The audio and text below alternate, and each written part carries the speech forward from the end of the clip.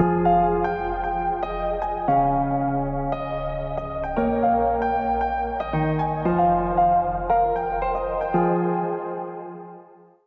ဂလာပါသားတို့သမီးတို့ရေဝါဆိုလမ်းမှာကြိုဆိုပါရစေဒီချက်နာမည်ကတော့ကျော်ရွှေကြီးပါ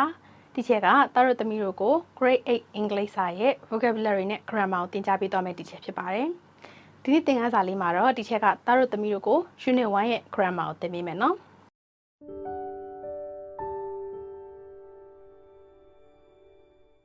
Unit 1ရဲ့ grammar က lesson 3ရဲ့အောက်မှာရှိပါတယ်အဲ့တော့ဒီချက်တို့ပထမဦးဆုံး lesson 3ရဲ့ခေါင်းစဉ်လေးကိုအရင်ကြည့်ရအောင်ခေါင်းစဉ်ကbusy dad เนาะ dad ကအဖေအဲ့တော့ father ကတော့ဒါ formal ခေါ်တာပေါ့နော်ဒါdad ဆိုတော့အဖေကြီးတို့ပါတော့အဲ့လိုမျိုးခေါ်တာပေါ့အဲ့ busy dad ဆိုတော့အလုပ်ရှုပ်နေတော့အဖေเนาะအလုပ်များနေတဲ့အဖေပေါ့ဆိုတော့ဒီ lesson မှာတော့ဘာသင်ပေးချင်တာလဲဆိုတော့ adverbs of indefinite frequency နဲ့ adverbs of definite frequencyတော့ adverbs of frequency ဆိုတာကတချို့ဘာကိုပြောတာလဲဆိုတော့တော့အကျဉ်းအရေးအတွက်ကိုပြတဲ့ကရိယာဝိသေသနာတွေခေါ်တာเนาะဥပမာတစ်ခါနှစ်ခါလုပ်တယ်တို့မကြာခဏလုပ်တယ်အမြဲတမ်းလုပ်တယ်เนาะအင်္ဂလိပ်လို့ဆိုလို့ရှိရင်တော့ always sometimes never เนาะဒါမှမဟုတ် once twice ပေါ့အဲ့လိုမျိုးပြောတာเนาะအဲ့တော့ဒီမှာ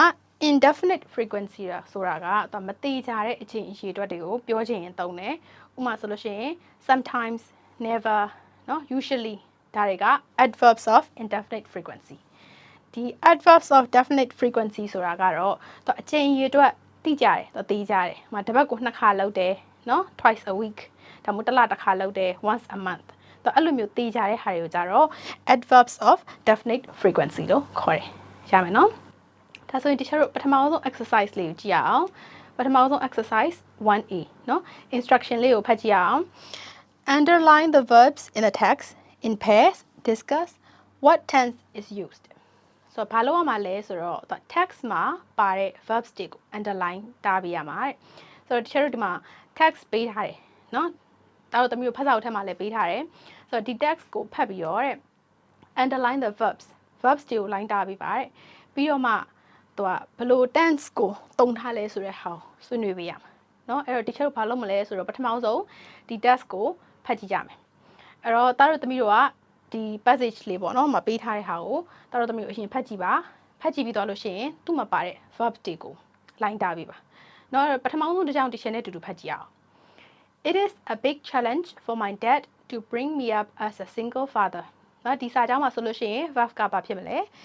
verb က is ဖြစ်မှာပေါ့เนาะဒါဆိုရင်တော်တော်သမီးတို့ကိုယ့်ဘာသာကိုအရင်လုပ်ကြည့်မယ်ပြီးတော့မှတစ်ချက်နဲ့တူတူဖြေတိုက်ပြီးတော့တစ်ချက်ကတော်တော်သမီးတို့ရှင်းပြမယ်เนาะ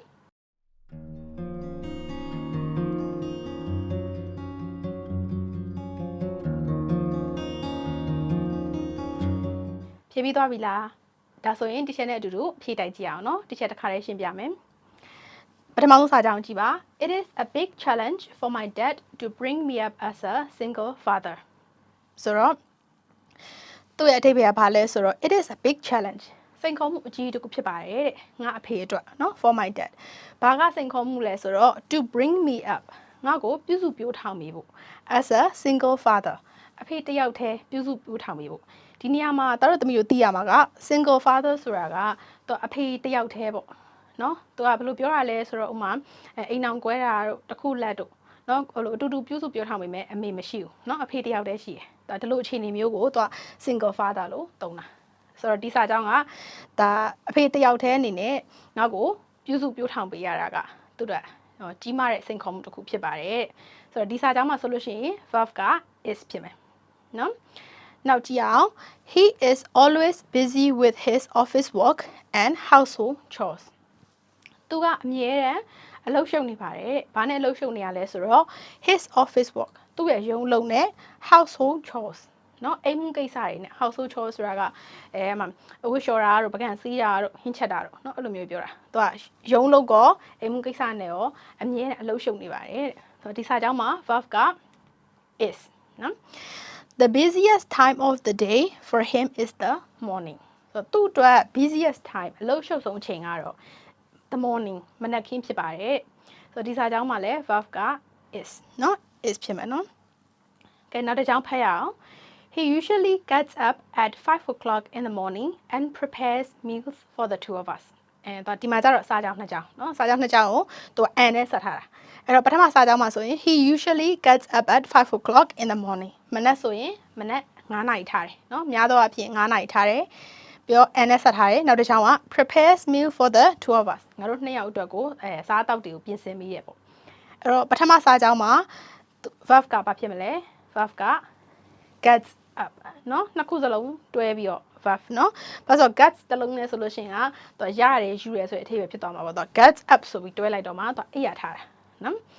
ဒုတိယစာကြောင်းမှာ verb က prepares เนาะ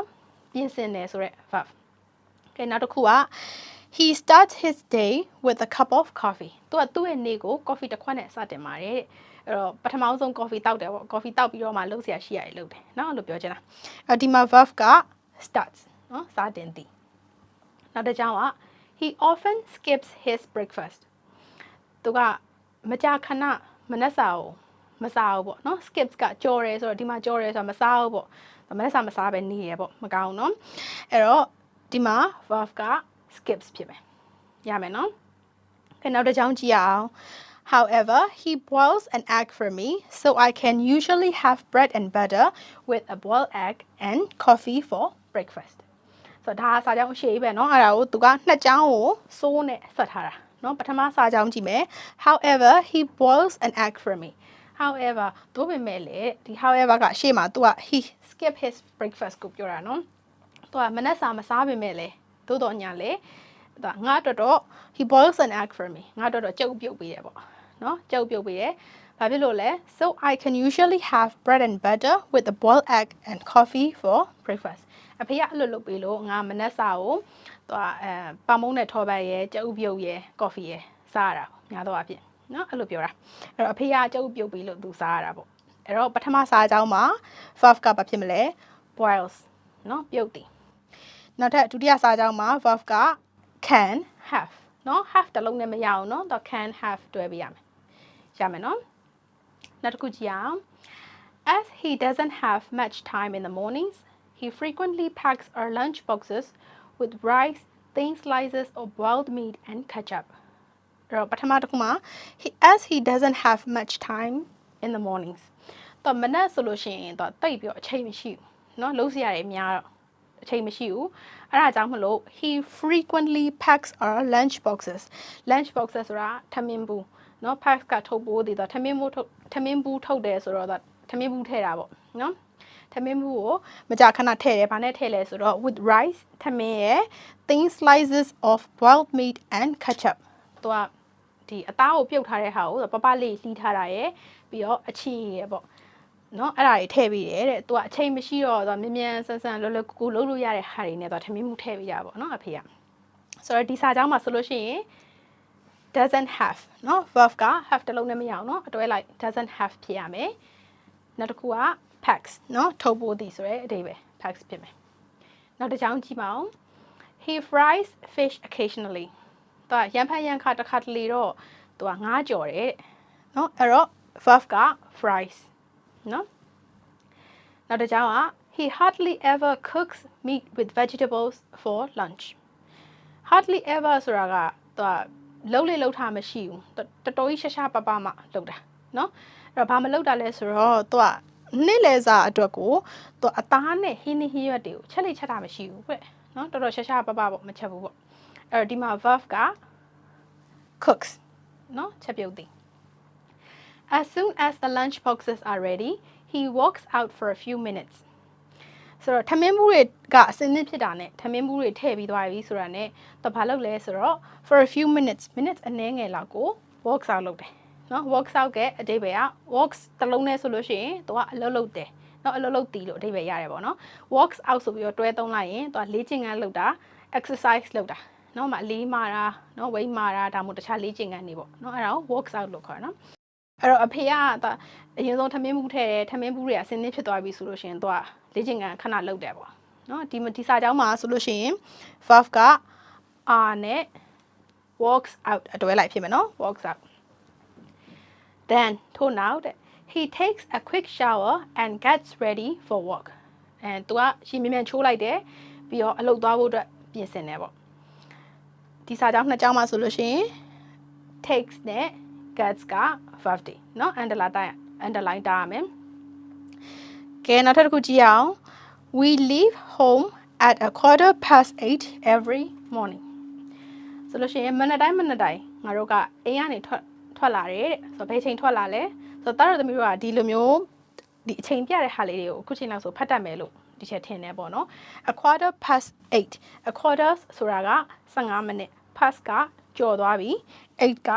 8နာရီအဲ့တော့8နာရီကျော်ပြီးတော့15မိနစ်ဆိုတော့8နာရီ15ပေါ့အဲ့တော့ငါတို့ကမနက်တိုင်းမှာမနက်8နာရီ15ဆိုလို့ရှိရင်အိမ်ကနေထွက်ပါတယ်တဲ့ဆိုတော့ဒီမှာ verb က leave ဖြစ်မယ်နော်အဲ့တော့နောက်ထပ်တစ်ကြောင်းကြည့်အောင် he always takes me to school on his electric bike first and then he heads to his office တော့ငါ့ကိုကျောင်းအရင်ပို့တယ်เนาะအမြဲတမ်းကျောင်းအရင်ပို့တယ်ဘာနဲ့ပို့လဲဆိုတော့ on his electric bike သူ့ရဲ့ electric bike နဲ့ကျောင်းအရင်ပို့တယ် and then ပြီးရင်နောက် he heads to his office တော့သူ့ရုံးကိုသွားပါတယ်အဲ့တော့ဒီမှာ verb တွေက takes ရယ် heads ရယ်เนาะဒီနေရာမှာတတော်သမီးတို့သိရမှာက heads ဆိုတာကဒါဥကောင်ကိုပြောတာမဟုတ်ဘူးเนาะသူက heads ဆိုတာဥတီးပြီးတော့သွားတာเนาะတခြားဘယ်မှမဝင်တော့ဘူးရုံးကိုပဲတဲ့သွားတာမျိုးပြောတာရမယ်เนาะကဲအဲ့ဆိုလို့ရှိရင်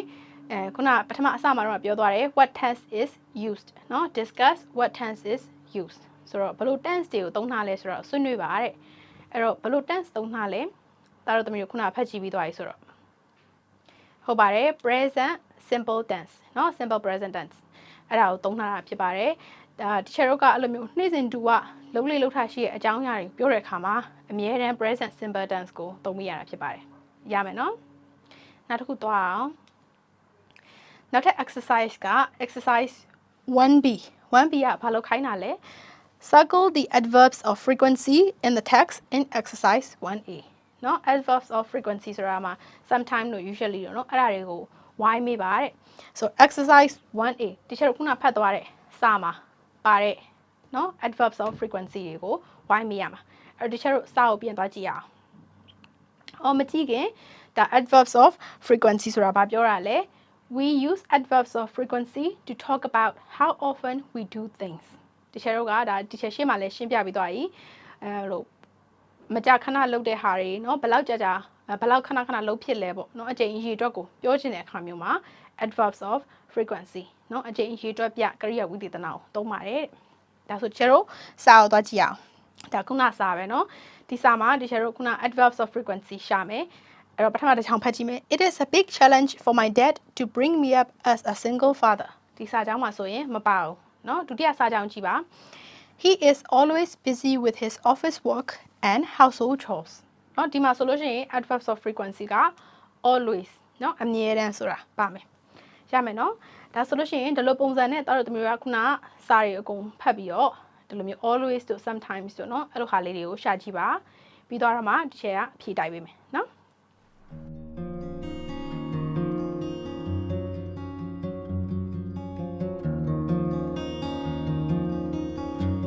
ပြီးတော့ပြီလားဒါဆိုလို့ရှိရင်ဒီချက်နဲ့တူတူဖြေတိုက်ရအောင်เนาะအဲ့တော့နောက်ထပ် adverb for frequency ပါရှိသေးလဲ usually เนาะ he usually gets up เนาะများသောအားဖြင့်ကဲနောက်တစ်ခုက often he often skips his breakfast နောက်တစ်ခုပါရှိသေးလဲ usually ပဲเนาะ so I can usually have bread and butter နောက်တစ်ခုကြည့်အောင်ဒီမှာရော frequently เนาะအဲ့ဒါက adverb for frequency နောက်ပါရှိသေးလဲ occasionally เนาะဒါလည်း adverb for frequency ပဲ he fries fish occasionally hardly ever เนาะဒါလည်း adverb for frequency ပဲ he hardly ever cooks meat with vegetables နောက်ထပ် adverb for frequency က always เนาะ he always takes me to school on his electric bike first ရမယ်เนาะနောက်တစ်ခုသွားရအောင်အဲ့တော့ 1C instruction ဖတ်ကြည့်အောင် arrange the adverbs of indefinite frequency from the least to the most frequent เนาะဒီချက်တော့ဘာလုပ်မှာလဲဆိုတော့ဒီ indefinite frequency ကိုသူကအနည်းဆုံးကနေပြီးတော့မှအများဆုံးကို တချို့ကစီပေးရမှာနော်အဲ့တော့ least frequent အကြိမ်ရေအတွက်အနည်းဆုံးကနေ most frequent အကြိမ်ရေအတွက်အများဆုံးကိုအစီအစဉ်တိုင်းစီပေးမယ်နော်အဲ့တော့အကြိမ်ရေအတွက်အနည်းဆုံးဆိုရင်ဘယ်ဟာဖြစ်မလဲပထမဆုံးတစ်ခုကဒီချက်နဲ့အတူတူဖြည့်ကြည့်ရအောင် number 1က never နော်လုံးမလုံးဝမလုပ်တာဥပမာဆိုလို့ရှိရင် I go to school on foot ငါကအကြောင်းကိုခြေကျင်သွားတယ်နော်အဲ့စာကြောင်းမှာဒီ adverb ထည့်မယ်ဆိုရင် I never go to school on foot ငါကလုံးဝမသွားဘူးနော်ကြောင်းကိုခြေကျင်လုံးဝမသွားတာဆိုတော့ကားနဲ့သွားရင်သွားမယ်စပိန်နဲ့သွားရင်သွားမယ်ဒါပေမဲ့လမ်းလျှောက်ပြီးတော့မသွားဘူးနော် never လုံးဝမသွားဘူးအဲ့ဒါက least frequent ပေါ့နော်သူထက်နည်းနည်းလေးပိုပြီးတော့လုပ်တယ်ဆိုလို့ရှိရင် hardly ever တော့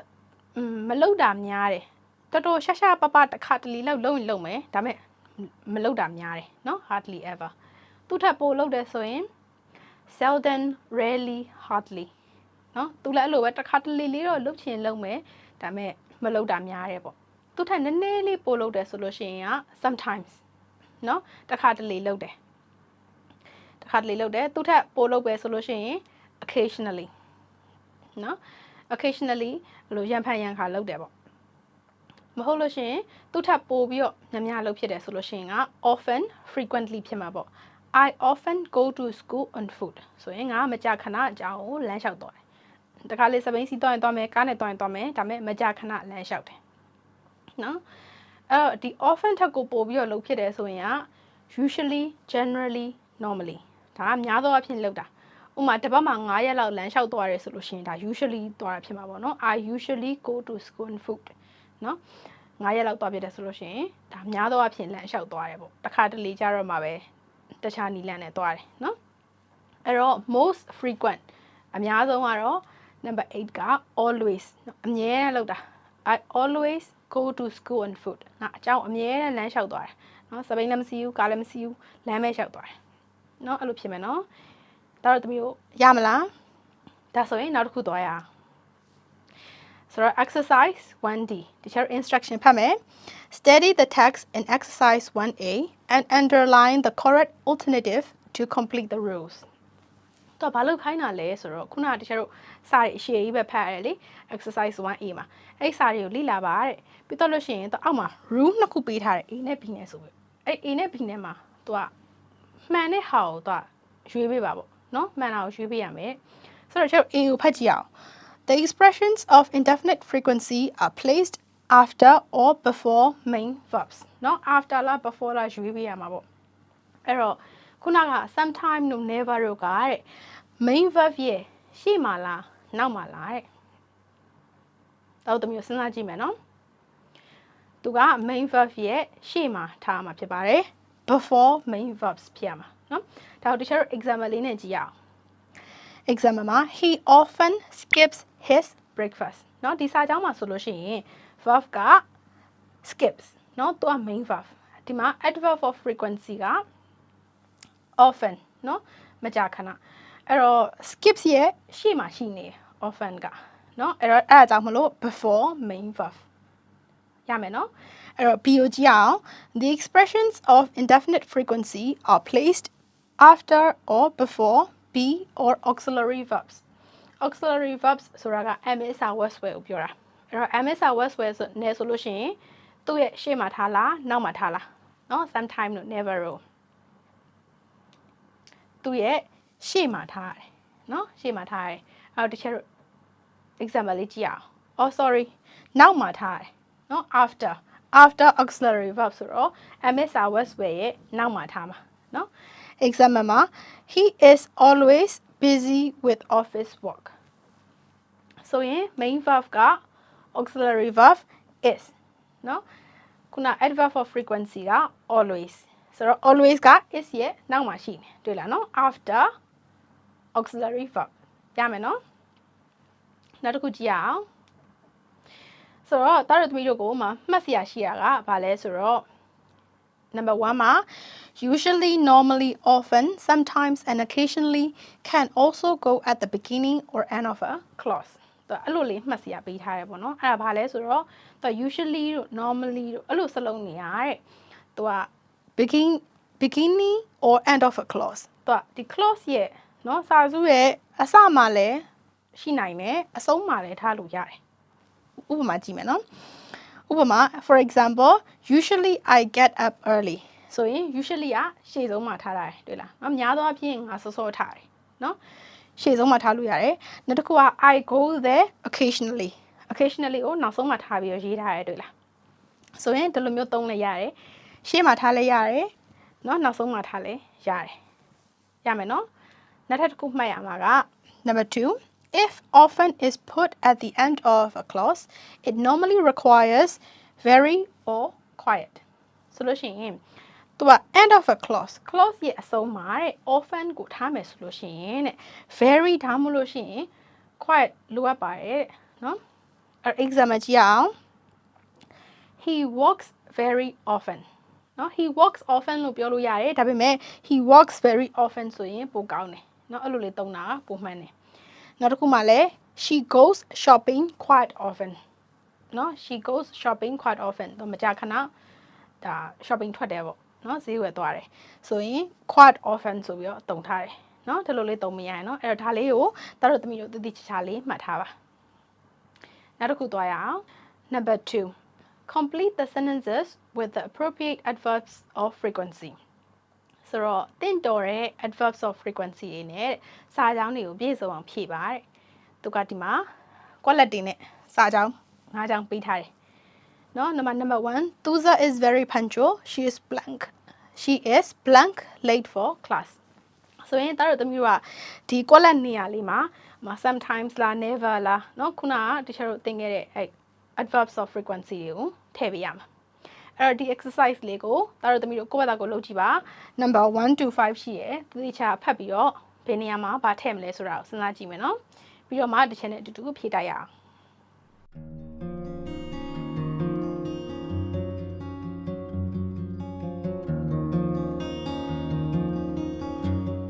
ကဲဒါဆိုလို့ရှိရင်အခုဆိုရင်တို့သမီးတို့ပြီးသွားပြီလို့ထင်တယ်နော်ကိုယ့်ဘာသာကို exercise လုပ်ပြီးသွားပြီလို့ထင်တယ်ဒီချက်အဖြေပြောပြမယ်နော် number 1 Tuza is very punctual she is blank late for class so punctual ရဲ့အဓိပ္ပာယ်ကအချိန်တိကျတာ very punctual ဆိုတော့ Tuza အရန်ကိုအချိန်တိကျတယ်အဲ့တော့ तू ကအတန်းကိုနောက်ကြလားမနောက်ကြဘူးလား she is never late for class နော်ဘယ်တော့မှနောက်မကြဘူးအရန်ကိုအချိန်တိကျတယ်သူမဟုတ်လို့ number 2ကိုကြည့်မယ်blank he gets up early but today he stayed in bed until 8 o'clock ဆိုတော့နောက်ကစားကြောင်းရင်ဖတ်ကြည့်မယ် but today ဒီနေ့မှာတော့ he stayed in bed until 8 o'clock 8 နာရီထိကိုအဲ့ရထဲမှာနေတယ်တဲ့ဆိုတော့ he gets up early လို့ရှေ့မှာပေးထားတယ်ဆိုတော့ तू ကအဲ့ရထားတာစောတယ်ဆိုတော့ usually နော် usually he gets up early ဒါများသောအားဖြင့် तू စောစောထားတယ် but today ဒါပေမဲ့ဒီနေ့မှာတော့ तू က8နာရီထိကို तू အဲ့ရထဲမှာနေလိုက်တယ်နော် usually ဖြစ်မှာဆိုရင်နောက်တစ်ခုကြည့်အောင် our teacher blank gives us a lot of homework but not very often ဆရာမကငါတို့အိမ်စာအများကြီးပေးတယ်ဒါပေမဲ့ခဏခဏတော့မဟုတ်ဘူးเนาะခဏခဏမပေးဘူးပေးတော့ပေးရဆိုတော့တစ်ခါတလေပေးရဖြစ်မှာပေါ့ sometimes เนาะ our teacher sometimes gives us a lot of homework but not very often ရမယ်เนาะ number 4က we blank eat out except for special occasions ဒီမှာ eat out ဆိုတဲ့အဓိပ္ပာယ်ကအိမ်မှာစားတာမဟုတ်ဘူးစားတော့ဆိုင်မှာစားတာเนาะအပြင်ထွက်ပြီးတော့စားတာပေါ့เนาะအဲ့ဒါမျိုး eat out လို့ခေါ်တယ် except လွဲပြီးတော့ for special occasions ဥပမာထူးခြားတဲ့အကြောင်းအရာတွေကလွဲပြီးတော့ဥပမာမွေးနေ့ကြောင့်စားတာတို့ဘာတို့အဲ့လိုအကြောင်းအရာတွေကလွဲပြီးတော့ဆိုတော့သူ့အဖြစ်က seldom ပြောချင်တာကမွေးနေ့တို့ဘာတို့အဲ့လိုမျိုး special occasion တွေမှာပဲအပြင်သွားစားတယ်မဟုတ်လို့ရှိရင်မစားဖြစ်ဘူးပေါ့နော်စားလိမ့်မရှိဘူးဆိုတော့ seldom ဖြစ်မယ်အဲ့နောက်ဆုံးတစ်ခုကြည့်အောင် I don't listen to classical music blank သူ့အဖြစ်ကဘာဖြစ်မလဲတို့သမီးတို့ often နော် I don't listen to classical music often နော်ဒီနေရာမှာတချို့ခုနရှေ့မှာသင်ထားရမလားတော့ quite often လို့ very often နော်အဲ့လိုမျိုးလည်းသုံးလို့ရတယ်နော်ရမယ်နော်နောက်တစ်ခုသွားရအောင်ဒါဆိုရင်အခုဒီချက်ဆက်ပြီးတော့သင်ပေးမှာကတော့ adverbs of definite frequency နော် definite frequency ဆိုတာကတိကျတဲ့အချိန်အရေးအတွက်တွေတစ်ခါနှစ်ခါနော်အဲ့လိုတိကျတဲ့ဟာတွေကိုပြောချင်တဲ့ကရိယာဝိသေသနာတွေဆိုတော့ဘာဖြစ်မလဲWe use the following expressions to talk about definite frequency. ဒီအောက်မှာပြထားတဲ့ expression တွေကိုတဲ့သုံးပြီးတော့ဒီချက်တွေကတိကျတဲ့အချိန်ကြီးအတွက်ကိုပြောချင်တဲ့အခါမျိုးကြရင်သုံးတယ်နော်ဆိုတော့ every minute every hour every morning เนาะ every နဲ့အဲ့လိုလေးတွဲပြီးတော့သုံးမယ် every ကမြန်မာလို့ဆိုလို့ရှိရင်တော့ time ပေါ့เนาะမှာ every hour ဆိုလို့ရှိရင်နာရီတိုင်း every month လတိုင်း every year ဆိုရင်နှစ်တိုင်းအဲ့လိုဖြစ်မှာပေါ့เนาะ example ကြည့်အောင် example က take this medicine every 4 hours every day every morning ဆိုလို့ရှိရင်တော့ဆေးတောက်ပါတဲ့ every 4 hours ဆိုရင်4နာရီတိုင်းဆေးတောက်ပါ take this medicine every day ဆိုရင်နေ့တိုင်းဆေးတောက်ပါ take this medicine every morning ဆိုလို့ရှိရင်မနက်တိုင်းဆေးတောက်ပါเนาะဒါမျိုးသုံးရတာဆိုတော့နောက်ထပ်ဘယ်လိုသုံးလို့ရသေးလဲဆိုတော့ဒီမှာ once twice three times เนาะ once ဆိုရင်တစ်ကြိမ် twice ဆိုရင်နှစ်ကြိမ် three times ဆိုရင်သုံးကြိမ်ဒီမှာသားတို့တမီးတို့မှတ်ရမှာကတော့ပထမပေါ့နော်တစ်ကြိမ်နဲ့နှစ်ကြိမ်နဲ့ကိုပဲတော့ once twice ဆိုပြီးတော့သုံးတယ်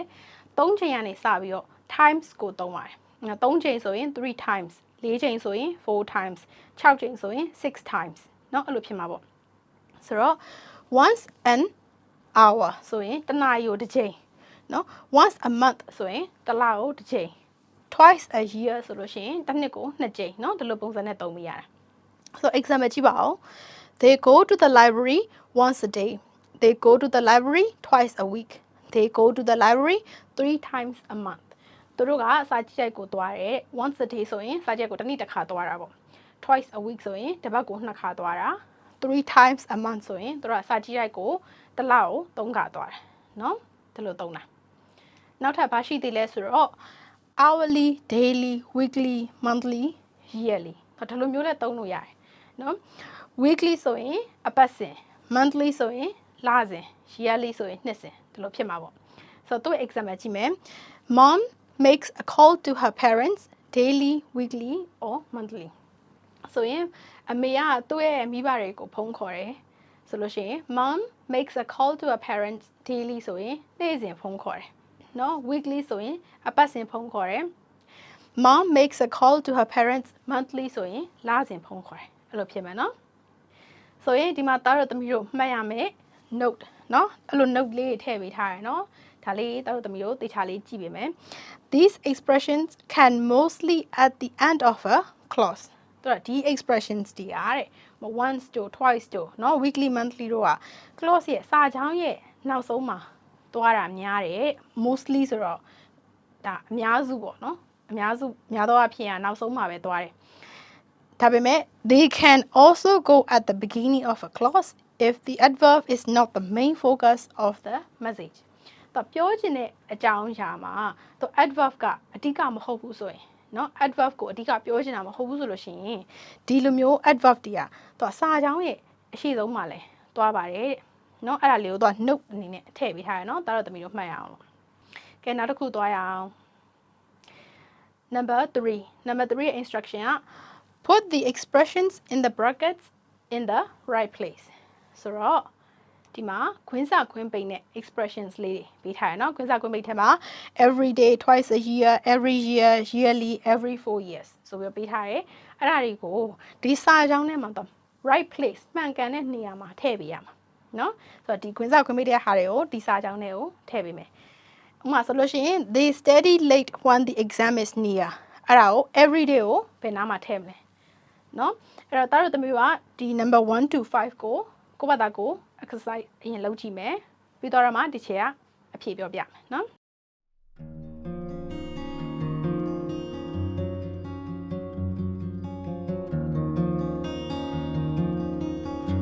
ကဲဒါဆိုလို့ရှိရင်ဒီချက်တို့အဖြေကြည့်ရအောင်နော်အဲ့ number 1 အဖြေက they study late when the exam is near အဖြေကဘာဖြစ်မလဲ they study late every day when the exam is near စာမွေးနေ့ရဲ့အခါမှာသူတို့ကနေ့တိုင်းနောက်ကျတဲ့အထိစာလုပ်တယ်နော်အဲ့တော့ teacher တို့ number 2ရဲ့အဖြေကိုကြည့်အောင် number 2က twice a year ကိုဘယ်နေရာမှာထည့်မလဲLala goes to the dentist twice a year နော်အဲ့လိုဖြစ်မယ် twice a year ကနောက်ဆုံးမှာထည့်ရမယ်Lalaကသွားဆရာဝန်စီကိုတစ်နှစ်ကိုနှစ်ခါသွားတယ်ပေါ့နော် number 3ကိုကြည့်အောင် every year ပေးထားတယ် we go to ပြုံးလွင် to take part in the flower festival ဆိုတော့အဖြေက every year we go to ပြုံးလွင် to take part in the flower festival နှစ်တိုင်းနဲ့ငါတို့ကပြုံးလွင်ကိုသွားတယ်သူကပန်းပွဲတော်မှာပါဝင်ဆင်နွှဲဖို့အတွက်ရမယ်နော်အဲ့တော့ number 4 ကြည့်မယ် number 4မှာကပေးထားတာက yearly เนาะနှစ်စဉ်ဆိုပြီးတော့ပေးထားတယ်အဲ့တော့ he grows seasonal vegetables like cabbages and cauliflowers ဆိုတော့ yearly ကနောက်ဆုံးမှာထည့်ပေးရမယ် he grows seasonal vegetables like cabbages and cauliflowers yearly เนาะ yearly ကနောက်ဆုံးမှာထည့်ပေးရမယ်သူကဒီရာသီပေါ်ဟင်းဟင်းရွက်တွေပေါ့ cabbages တို့ cauliflowers တို့ကိုသူနှစ်စဉ်စိုက်တယ်တဲ့ number 5 every 4 years เนาะ4နှစ်တိုင်းပေါ့4နှစ်တစ်ခါပေါ့ဆိုတော့အဖြေက the Olympic Games are held every 4 years Olympic အားကစားပွဲတွေကိုတော့သူက4နှစ်တစ်ကြိမ်အမြဲတမ်း4နှစ်တစ်ကြိမ်ပြုလုပ်ပါတယ်ကျင်းပပါတယ်ရမယ်နော်တော်တော်သမီးတို့အဖြေမှန်ကြလားဒါဆိုရင်တချို့တို့နောက်တစ်ခုသွားရအောင်နောက်တစ်ခုမှာ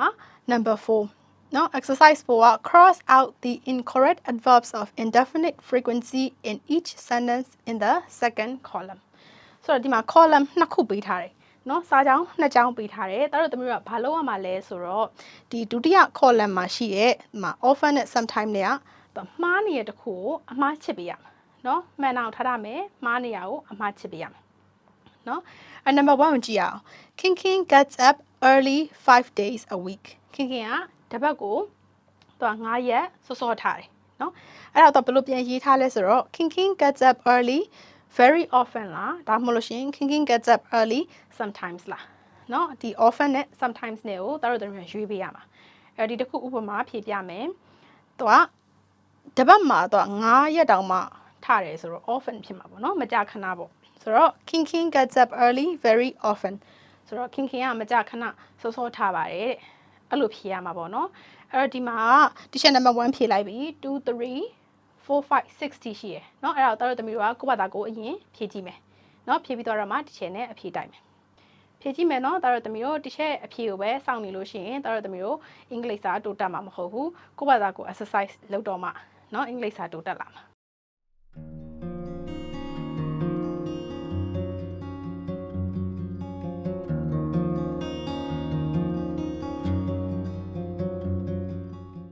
ရမယ်เนาะ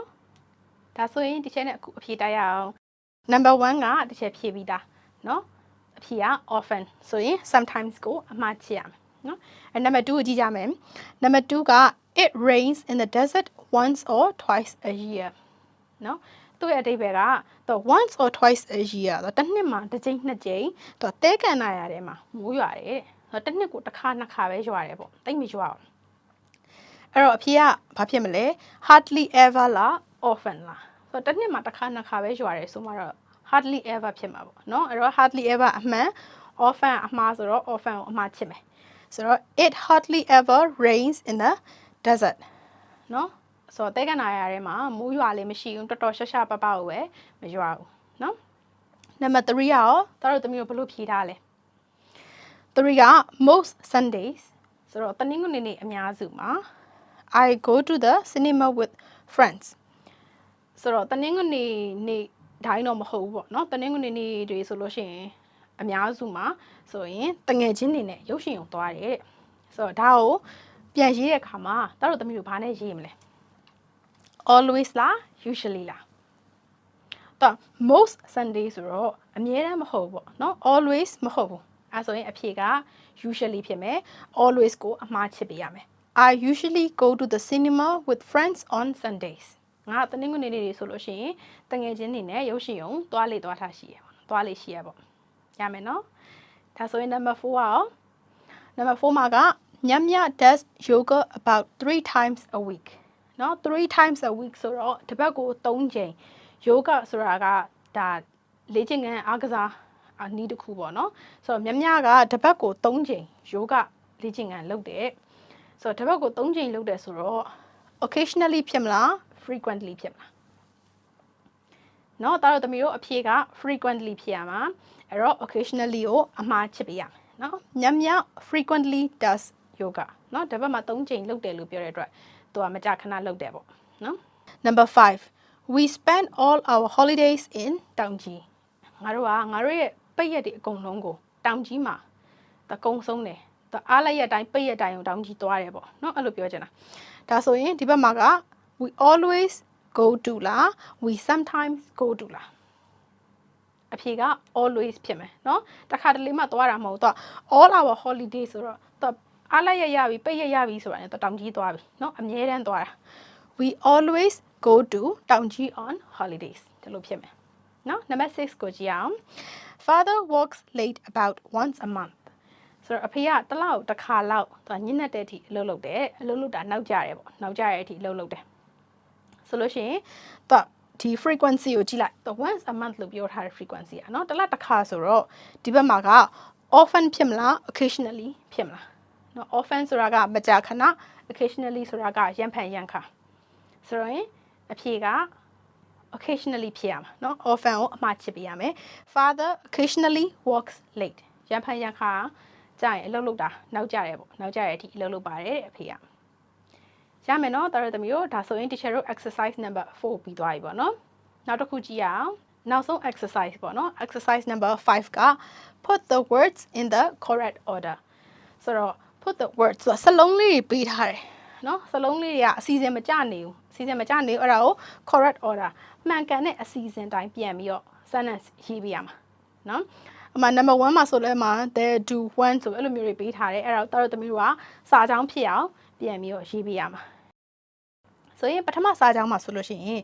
ဒါ tips ပေးရပါတော့တော်တော်သမီးတို့တော့ကြည့်လိုက်လို့ရှိရင်နောက်ဆုံးမှာ question mark ပါတယ်တွေ့လားတော့ question mark ပါနေပြီဆိုရင်တော့တေချာပေါ့မေးခွန်းပဲเนาะမေးခွန်းပုံစံဖြစ်မှာအဲ့တော့မေးခွန်းပုံစံဖြစ်မယ်ဆိုတော့ဒါ when က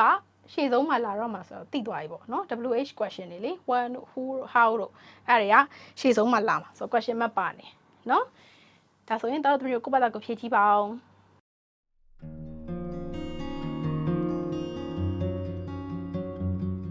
ဖြည့်ပြီးသွားပြီလားဒါဆိုလို့ရှိရင်ဒီ channel နဲ့အတူတူအဖြေတိုက်မယ်เนาะအဲ number 1ကိုကြည့်မယ် number 1ရဲ့အဖြေကဘာဖြစ်မလဲ when do you usually get up in the morning number 2ရဲ့အဖြေက my aunt prepares breakfast every morning ဒီလိုဖြေရမှာเนาะနောက်တစ်ခုကြည့်ရအောင် number 3ရဲ့အဖြေက I go to the gym twice a week gym ကိုတစ်ပတ်2ခါသွားတယ်เนาะ number 4ရဲ့အဖြေကိုကြည့်မယ်How often are you late for school ဒါဒီမှာဆိုလို့ရှိရင်လည်းတော့မေးခွန်းကြည့်လိုက်လို့ရှိရင်တော့ question mark လေးပါနေတယ်เนาะ question mark ပါတယ်ဆိုရင် WH question လေးကိုအရင်ရှာလိုက်ဒါမှမဟုတ်ရင် MS words ကိုရှာမှာပေါ့သူကဒီမှာ how ကိုတွေ့ရဲအဲ့တော့ how ကရှေ့ဆုံးမှာလာတယ် how often เนาะအဲ့လိုတွဲပြီးသုံးတယ်เนาะ how often are you late for school ဒီလိုဖြစ်မှာပေါ့เนาะအဖြေကကဲနောက်ဆုံးတစ်ခုอ่ะတော်တော်သမီးတို့ဘယ်လိုဖြေထားလဲ I wash my hair every Sunday ဒီလိုဖြေထားတယ်ဆိုရင်မှန်ပါတယ်เนาะငါတနင်္ဂနွေနေ့တိုင်းမှာခေါင်းလျှော်တယ်ဒီလိုဖြစ်မှာပေါ့ကဲတော်တော်သမီးတွေဒါဆိုလို့ရှိရင်ဒီချက်ကတော်တော်သမီးတို့ကိုဒီ exercise ပြီးသွားပြီဆိုတော့ဒီချက်နဲ့တူအစဆုံးတစ်ခါလောက်ပြန်ဖတ်ကြည့်ရအောင်เนาะ number 1 to 5ကို number 1က when do you usually get up in the morning เนาะ number 2က my aunt prepares breakfast every morning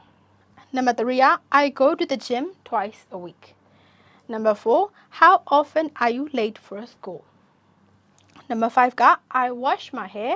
every Sunday ရမယ်နော်ကဲတားရသမီးတို့ရေဒီနေ့သင်ခန်းစာလေးကတော့ဒီလောက်ပါပဲနောက်ထပ်သင်ခန်းစာတွေမှာဒီချက်နဲ့အတူတူပြန်လည်ဆုံတွေ့ကြမယ်နော် bye bye